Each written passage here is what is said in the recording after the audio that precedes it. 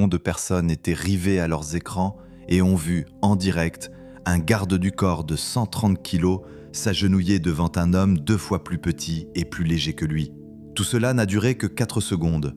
John Wayne était assis dans son fauteuil et regardait, impuissant, son propre garde du corps suffoqué sur le sol du plateau de NBC en pleine émission en direct. Pourtant, l'homme qui venait de provoquer cette scène n'avait même pas scié. Son visage restait parfaitement calme, sans la moindre trace d'émotion.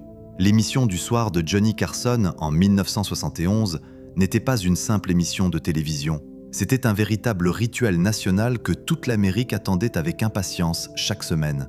Chaque jeudi à minuit et demi, tout le pays s'installait devant son écran, non pas par manque d'occupation, mais parce que c'était devenu une tradition sacrée et collective. Carson était la voix du pays, une voix douce, pleine d'esprit et absolument rassurante, qui pouvait converser avec un président ou un jongleur de rue avec la même chaleur sincère et rendre les deux tout aussi fascinants. Apparaître dans son show signifiait une seule chose: vous étiez reconnu, vous existiez vraiment, et 8 millions de personnes venaient de remarquer votre existence. Ce soir de février, 200 spectateurs avaient rempli le studio NBC à Burbank. Ils étaient assis dans l'obscurité, juste au-delà du périmètre de la lumière éblouissante de la scène. Et ce contraste saisissant entre la blancheur aveuglante du plateau et les ténèbres de la salle créait une atmosphère particulière de théâtre vivant. Ce n'était ni du cinéma, ni un concert, mais du pur théâtre, où tout se déroulait en direct, sans aucune possibilité de refaire une prise. Le voyant rouge de la caméra restait allumé sans interruption, et tout ce qui se passait sous ces lumières était instantanément diffusé en simultané dans 8 millions de foyers à travers le pays. Au programme de cette soirée figuraient 2 invités.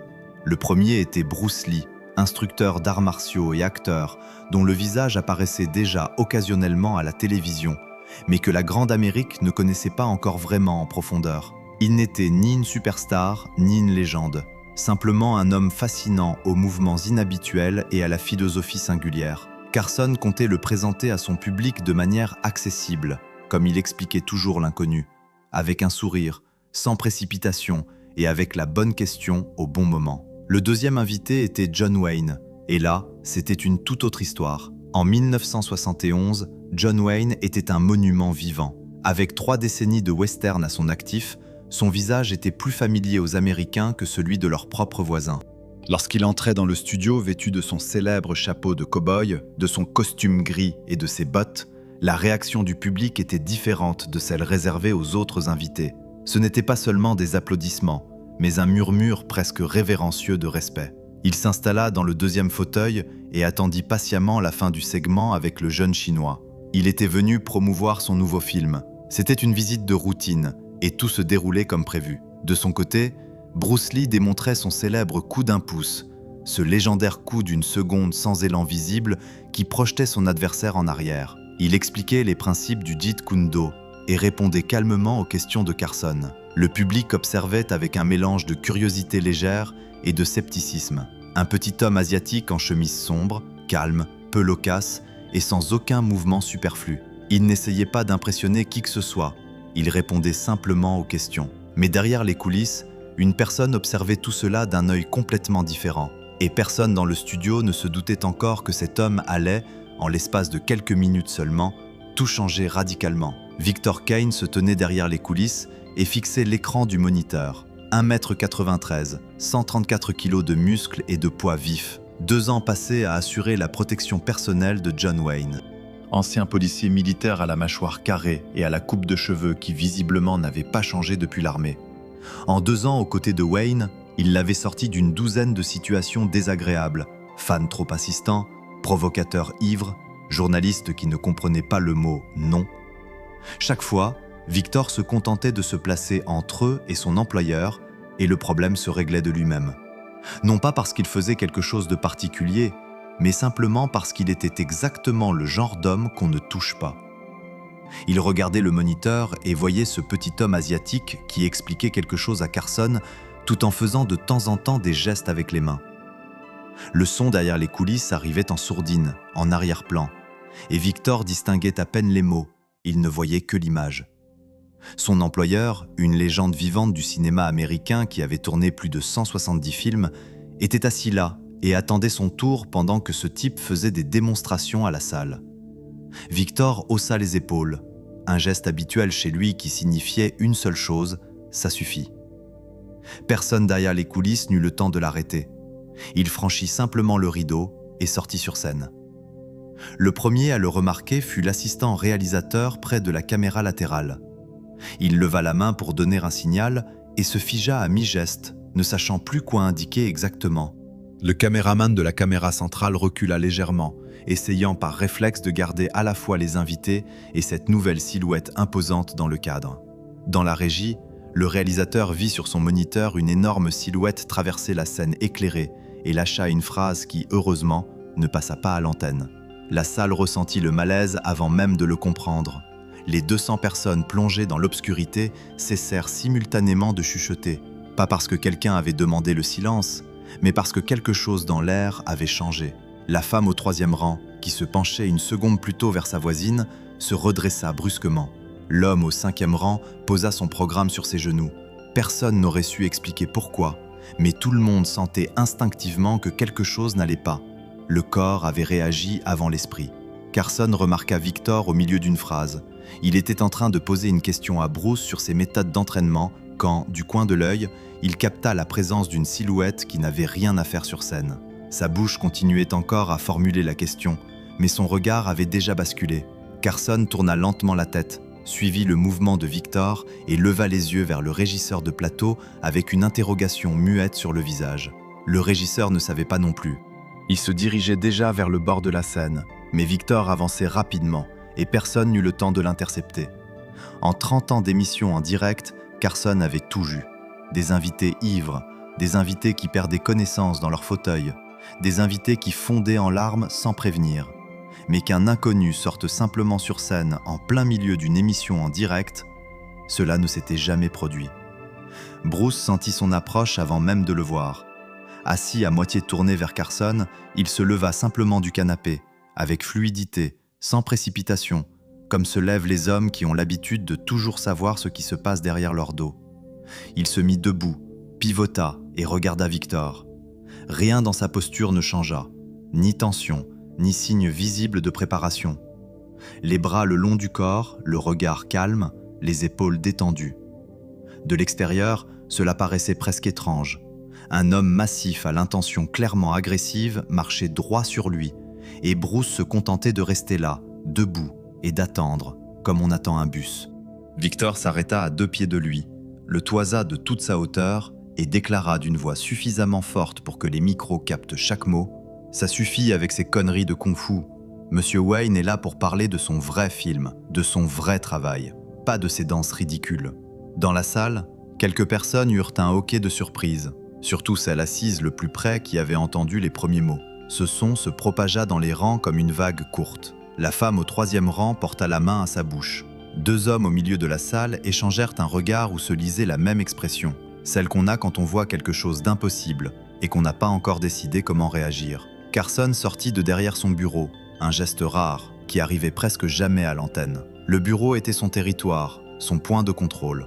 Mais cette fois, il s'avança vers eux et leva la main. John Wayne, dans son fauteuil, se pencha légèrement en avant. Son chapeau de cow-boy ne bougea pas, mais quelque chose dans sa posture changea. Cette assurance nonchalante d'un homme qui avait tout vu vacilla légèrement pour la première fois de la soirée. Il regardait son garde du corps, et sur son visage apparut pour la première fois une expression proche de l'inquiétude. Victor tendit les 2 mains vers le col de Bruce. C'était un geste de son répertoire professionnel, assuré, habituel, rodé à la perfection.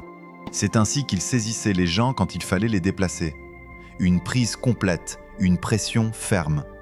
Après ce geste, les gens, en général, soit allaient là où il les dirigeait, soit protestaient bruyamment et y allaient quand même. Bruce ne fit ni l'un ni l'autre. Il se contenta de lever les yeux vers Victor et de lui dire doucement, rien que pour lui, « Tu ferais mieux de lâcher ». Dans la salle, le silence devint absolu.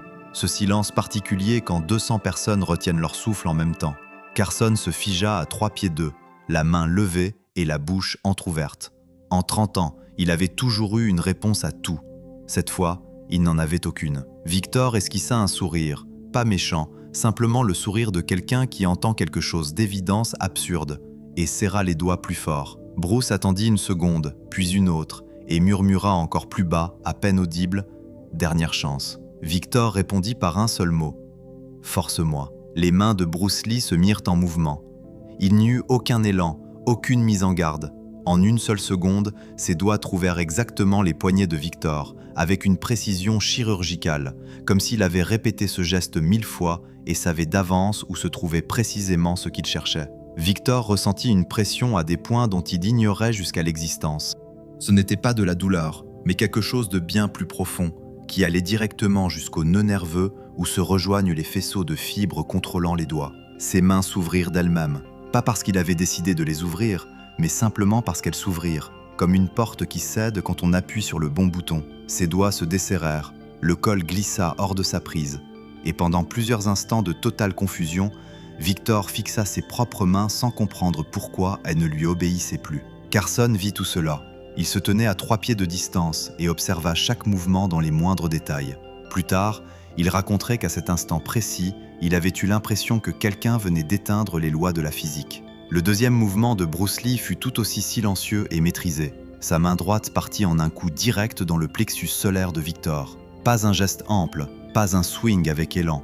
Un coup court, précis, exactement dosé à la force nécessaire, ni plus ni moins. Victor était un professionnel. Son corps savait encaisser les coups.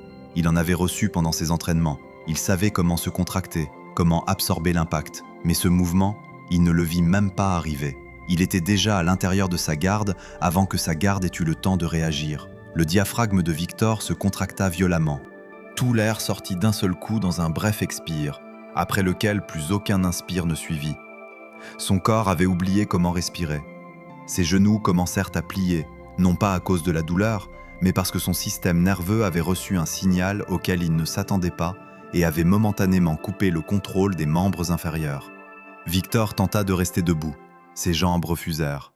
Il s'affaissa d'abord sur un genou, puis sur les deux, et se retrouva allongé sur le sol du plateau NBC en direct, devant les yeux de 8 millions de personnes, la bouche ouverte et une incompréhension totale sur le visage. Dans la salle, il n'y avait plus aucun son, absolument aucun. Les 200 spectateurs restaient figés sur place, non pas par peur de briser le moment, mais parce que leur cerveau n'arrivait tout simplement pas à traiter ce que leurs yeux venaient de transmettre. La femme au 3e rang restait assise, la main devant la bouche, et ne l'avait pas retirée depuis l'instant où Victor avait saisi Bruce par le col. L'homme au 5e rang tenait toujours son programme sur ses genoux sans bouger. Le programme avait glissé par terre. Il ne s'était pas baissé pour le ramasser. Bruce Lee se tenait à 2 pas de Victor, les bras le long du corps, le visage parfaitement calme. Il ne regardait ni la salle ni les caméras. Il regardait seulement Victor, attentivement, sans triomphe, sans colère, simplement comme un médecin regarde un patient. Il évaluait son état et attendait que ça aille mieux. Carson restait exactement là où il était, immobile. Son célèbre sens de la repartie, celui qu'il avait sauvé pendant 30 ans dans toutes les situations, était totalement hors service à cet instant. La bouche légèrement entr'ouverte, son regard passait de Victor à Bruce, puis revenait à Victor, comme s'il cherchait désespérément une logique dans cette image qui pourrait expliquer ce qui venait de se produire. John Wayne ne se leva pas de son fauteuil. Il restait assis bien droit, son chapeau de cow-boy en place, les mains sur les accoudoirs, mais l'expression de son visage avait complètement changé. Cette assurance nonchalante et presque endormie de l'homme qui avait tout vu et ne s'étonnait plus de rien avait disparu. Il regardait son garde du corps agenouillé sur scène, qui essayait de reprendre son souffle, et dans les yeux de Wayne, il y avait quelque chose de très précis. Ni peur, ni honte pour Victor, quelque chose de plus personnel. La prise de conscience qu'il venait de voir quelque chose qu'il ne comprenait pas. Et John Wayne n'avait pas l'habitude de ressentir cela. Victor finit par inspirer. L'air revint, saccadé, douloureux et bruyant. Il était toujours à genoux et respirait avec difficulté, le visage rouge, pas d'effort, mais pour une autre raison. Parce que 200 personnes dans l'obscurité de la salle et 8 millions devant leurs écrans venaient de voir comment lui, 1m93, 134 kg, ancien policier militaire et garde du corps depuis 2 ans d'une légende vivante d'Hollywood, s'était retrouvé au sol en 4 secondes. Et il ne se relevait pas. Bruce fit un pas vers lui et lui tendit la main. Il l'attendit simplement, paume vers le haut, calmement, comme on tend la main à quelqu'un qui a besoin d'aide pour se relever. Aucun geste de victoire, aucune pause pour le public, juste une main. Victor la regarda pendant plusieurs secondes, puis la saisit. Bruce tira, d'un mouvement régulier sans à-coups, et Victor se releva, encore chancelant, encore en train de retrouver son souffle.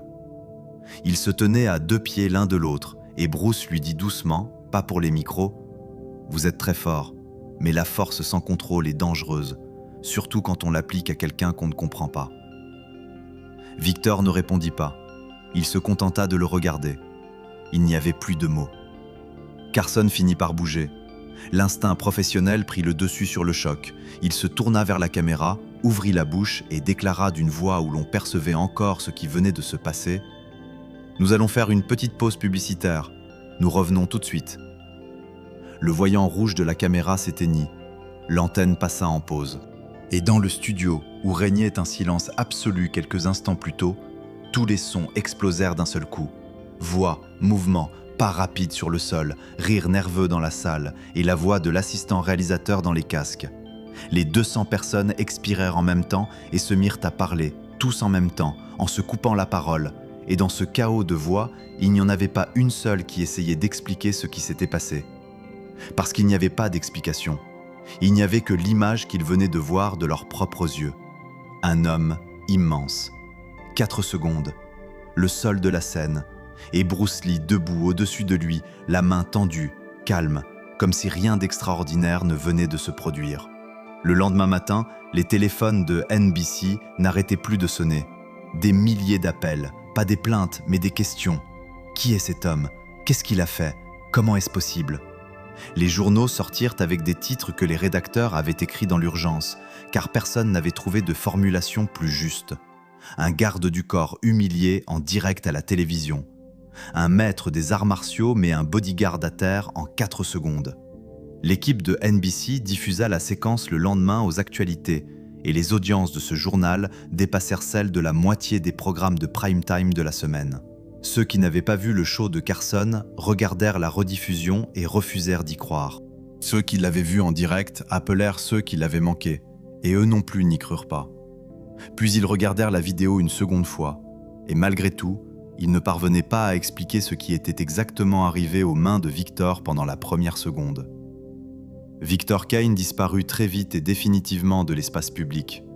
Il ne donna aucune interview, n'apparut plus devant les caméras et ne commenta jamais l'incident. Il passa dans la sécurité privée, loin des célébrités et surtout loin des émissions en direct.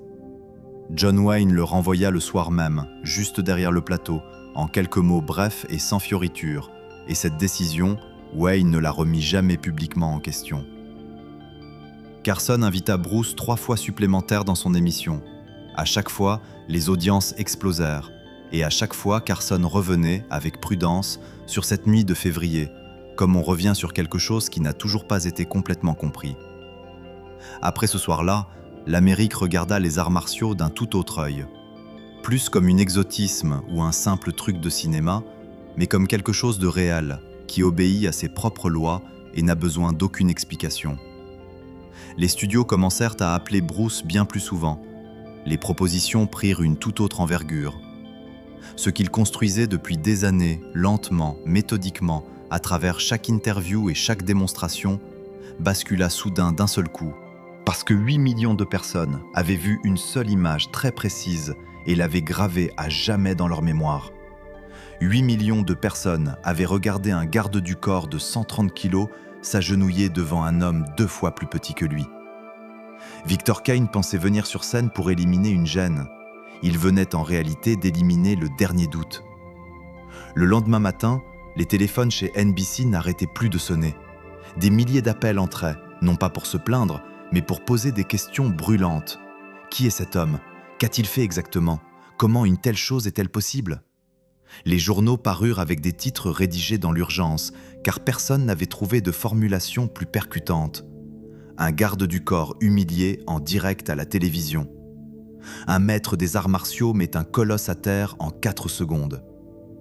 L'équipe de NBC diffusa la séquence le jour suivant aux actualités, et les audiences de ce journal dépassèrent celles de la moitié des programmes de prime time de la semaine. Les gens qui n'avaient pas regardé le show de Carson virent la rediffusion et refusèrent d'y croire. Ceux qui l'avaient vu en direct appèrent ceux qui l'avaient raté, et eux non plus n'y crurent pas.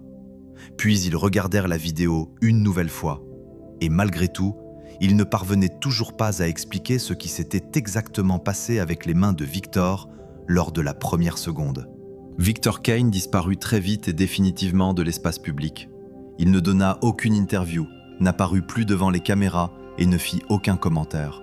Il passa dans la sécurité privée, loin des célébrités et surtout loin des émissions en direct. John Wayne le licencia le soir même, juste derrière le plateau, de façon brève et sans long discours, et cette décision ne fut jamais publiquement contestée par Wayne. Carson invita Bruce 3 fois supplémentaires dans son émission. Chaque fois, les audiences grimpaient en flèche, et chaque fois Carson revenait, avec prudence, sur cette nuit de février, comme on revient sur un événement qui n'a toujours pas été totalement compris. Après cette soirée, l'Amérique porta un regard complètement différent sur les arts martiaux. Ce n'était plus une simple curiosité exotique ou un effet cinématographique, mais quelque chose de réel, qui obéissait à ses propres lois et n'avait besoin d'aucune explication. Les studios commencèrent à appeler Bruce bien plus souvent. Les propositions prirent soudain une toute autre dimension. Ce qu'il avait construit pendant des années, lentement, méthodiquement, à travers chaque interview et chaque démonstration, bascula d'un seul coup. Parce que 8 millions de personnes avaient vu une image extrêmement puissante et l'avaient gravée à jamais dans leur mémoire. 8 millions de personnes avaient vu un garde du corps de 130 kg s'agenouiller devant un homme 2 fois plus petit que lui. Victor Kane pensait sortir sur scène pour éliminer une gêne. Il venait en réalité d'éliminer le dernier doute qui subsistait.